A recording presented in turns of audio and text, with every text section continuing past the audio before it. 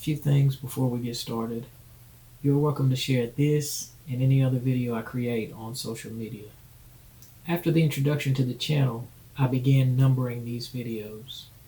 I would encourage you to watch the videos in order, as I will be building upon concepts from previous episodes. Alright, let's go. Everything I tell you is for information purposes only. This is not intended to be a substitute for professional medical advice, diagnosis, or treatment. Always seek the advice of your physician or other qualified health provider with any questions you may have regarding a medical condition. When we left off, I was going over the ways that the American Diabetes Association recommends to test for diabetes. The first was hemoglobin A1C. The second is fasting plasma glucose. Before checking your plasma glucose level, they have you fast for 8 hours. That means no food, and the only thing you can drink is water. Since the time you were asleep counts toward the fast, most people schedule this test early in the morning to make it easier on themselves. They say a fasting glucose under 100 is normal. If your fasting glucose is between 100 and 125, they say you have pre-diabetes. Anything above that, and you are considered a full-blown diabetic. My most recent fasting glucose was 86, and that was recorded in 2019. The third way to test for diabetes is the oral glucose tolerance test. The clinician will have you drink a concoction made with glucose, and they will test your blood glucose levels 2 hours later. This is to see how well your body handles the glucose that you drank. At that 2-hour mark, if your blood glucose is 140 or less, then they consider you normal. If your blood glucose is between 140 and 199, then they consider you pre-diabetic. And of course, anything above that, they consider you full-blown diabetic. One of the problems I have with this particular method is that the Diabetes Association doesn't show how much glucose you should put in the concoction they have you drink. Drinking 50 grams of glucose will give you a completely different result than drinking 100 grams of glucose. The fourth method is the random or casual plasma glucose test.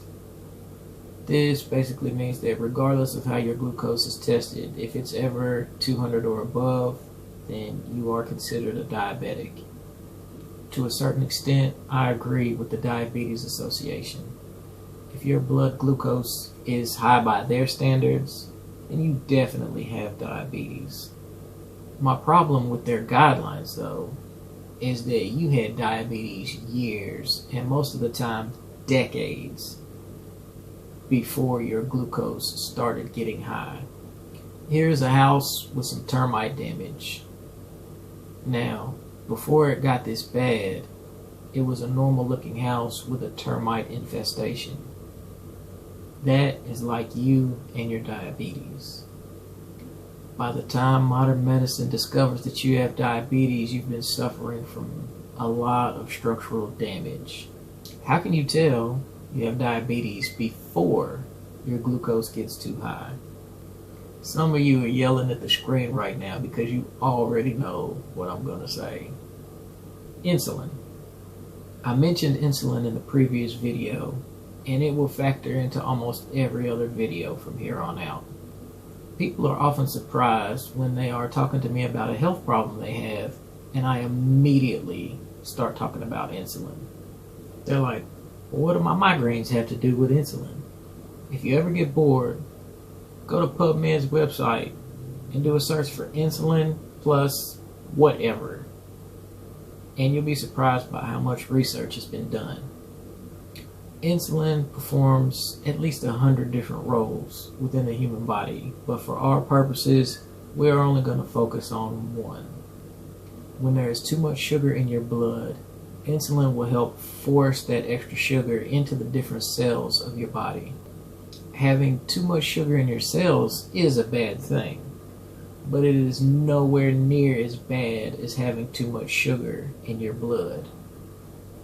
This system works well until you start overloading your blood with sugar. The cells of your body only need so much sugar.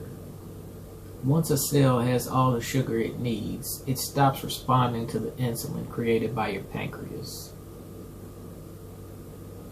This is where the trouble starts. We now have a problem on our hands. On the one hand, your cells are full. They have all the sugar they need. But your blood still has too much sugar in it, and that sugar needs to be put somewhere. Your body's solution to this problem is to have the beta cells of your pancreas secrete more insulin. That extra insulin forces your cells to take in that extra sugar. This is diabetes. Because of this, a whole host of things go wrong in your body. It reminds me of the scene from the TV show I Love Lucy, where they were working at a candy factory. Your body just wasn't designed to handle that much sugar coming in that quickly. I want to give a shout out to my parents right now. They allow me to talk about their medical info as a tool to help teach you. The three of us had our insulin tested. For at least 8 hours before the test, we had no food and drank only water. It was a bit tricky to get this test done. The test was performed by Quest Diagnostics, but when you go to their Quest Direct website, insulin isn't one of the tests available. I had to go through a third-party website, requestatest.com. I paid Request a Test. Then Request a Test gave me a confirmation. I gave that confirmation to Quest Diagnostics, and then Quest Diagnostics tested our insulin. The cost was $49 each. I didn't need insurance, and I didn't need a referral from a doctor. So, in October of 2020, Dad had a hemoglobin A1C of 6.0. That puts him in the pre-diabetic range. I don't have glucose numbers for him then, but I'm sure his glucose was 110 to 115. His fasting insulin was 11.8. If your fasting insulin is 10 or above, then I'm going to say you have diabetes regardless of what your blood glucose levels are. Hence the title of this video. There are tons of people walking around with undiagnosed diabetes because no one is checking their insulin levels. Next up, we have Mom. In June of 2020, Mom had a hemoglobin A1C of 5.5. She also had a fasting glucose of 99. Both are just under the level of pre-diabetic. Mom's insulin was 15.7.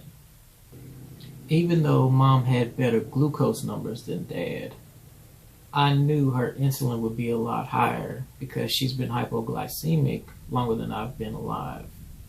I will circle back to that after I talk about my results. My most recent hemoglobin A1C was 5.0, and my fasting glucose was 86, both considered in the normal category. My fasting insulin was 2.9. Remember that if your insulin is 10 or higher, I'm going to say that you have diabetes. If you want me to say that you are healthy, then I need your fasting insulin to be below 6. Now you might say, Frank, look at the reference range. As long as I'm under 19.6, I'm good. Man, that reference range. There's a note here that they got the reference range from their population data. When you get a blood test done, you get different numbers, and then you get various reference ranges for those numbers. You would assume those numbers represent where you need to be healthy. Unfortunately, a lot of reference ranges are created so that 95% of the population falls within that range. Your health isn't really part of it. As I crank out more of these videos, you'll probably come to realize that most people are not healthy. I personally have no desire to line up well with an unhealthy population. Now, back to hypoglycemia. I mentioned that my mom has had hypoglycemia for a long time. It just means you have low blood sugar. It comes with a host of symptoms, including passing out if your sugar is low for too long. Now, everybody needs sugar, but no one needs to eat sugar. When you are healthy, your liver makes all the sugar that your body will need. Remember in a previous video that I talked about insulin and glucagon as being yin and yang. Think of glucagon as a force that creates sugar and insulin as a force that stores that sugar. When your insulin is low, your glucagon is high, and your liver is free to create as much sugar as your body requires at any given point in time.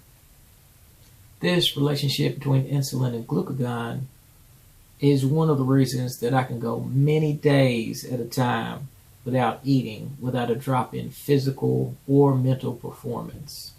Also, it's why some people get shaky, lightheaded, or angry when they go more than a few hours without eating. This is also why when a person with hypoglycemia passes out, they are given an injection of glucagon. Now, when your insulin is high, your glucagon is low, and your liver is not making sugar. This means that you have to eat sugar in order to get the sugar that your body requires. I don't want the video to be too long, so I'm going to cut it off here.